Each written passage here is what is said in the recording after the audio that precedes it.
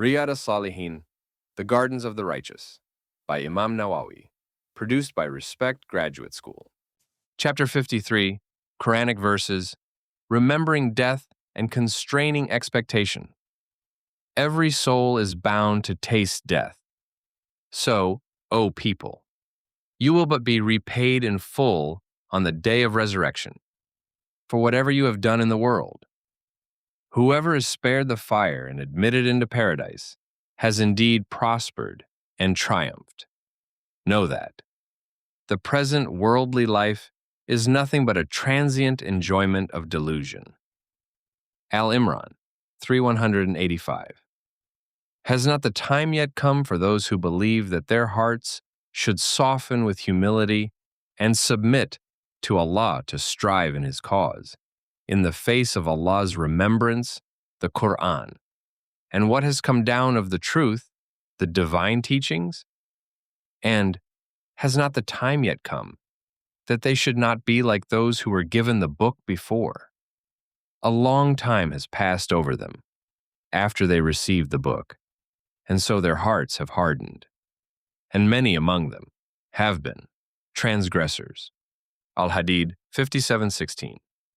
O you who believe, let not your wealth nor your children distract and divert you from the remembrance of Allah.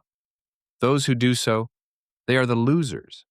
And spend in Allah's cause and for the needy, out of whatever we provide for you, before death comes to any of you and he says, My Lord, if only you would grant me respite for a short while, so that I may give alms and be one of the righteous. But never will Allah grant respite to a soul when its appointed term has come. Allah is fully aware of all that you do. Al-Munafiqun 63:9-11. Those who persist in their evil ways will not cease from their false attributions to Allah and from their harsh reaction to you, until when death comes to one of them, and then he implores, My Lord, please let me return to life, that I may act righteously with respect to whatever I have left undone in the world. No, never. It is merely a word that he utters over and over again.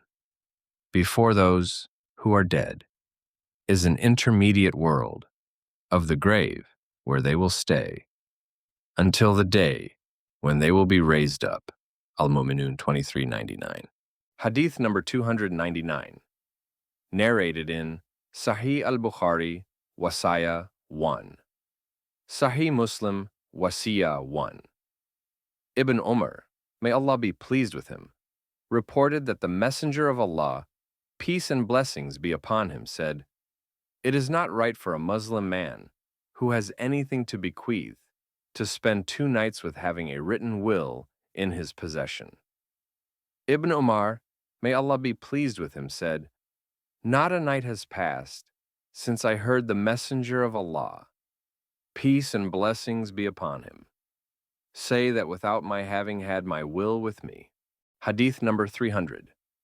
Narrated in Sunan at-Tirmidhi, Zud 4. Abu Huraira, may Allah be pleased with him, reported that the Messenger of Allah, peace and blessings be upon him, said, Remember frequently the thing, death, that cuts off pleasures. Hadith number 301. Visiting the graves. Buraidah, may Allah be pleased with him, reported that the Messenger of Allah, peace and blessings be upon him, said, I used to forbid you to visit graves, but now visit them. Sahih Muslim, Janaiz 106. In another narration, he said, Visit the graves, for they will remind you of the hereafter. Sunan at-Tirmidhi, Janaiz 60. Sunan Abu Dawud, Janaiz 77. Hadith number 302. On wishing for death. Abu Huraira, may Allah be pleased with him, reported that the Messenger of Allah, peace and blessings be upon him, said, None of you should wish for death. If he does good, he may increase in it, and if he does evil, he may turn in repentance. Sahih al-Bukhari, Tamanni, 6. Sahih Muslim, Dhikr, 10. In one variant, Abu Huraira, may Allah be pleased with him, reported that the Messenger of Allah, peace and blessings be upon him, said, "None of you should wish for death, and he should not pray for it before it comes to him. When he dies, his actions come to an end. A believer's life only increases him in good." Sahih Muslim, Dhikr, 13. Hadith number 303, narrated in Sahih al-Bukhari, Marda, 19. Da'awat, 30. Sahih Muslim, Dhikr, 10.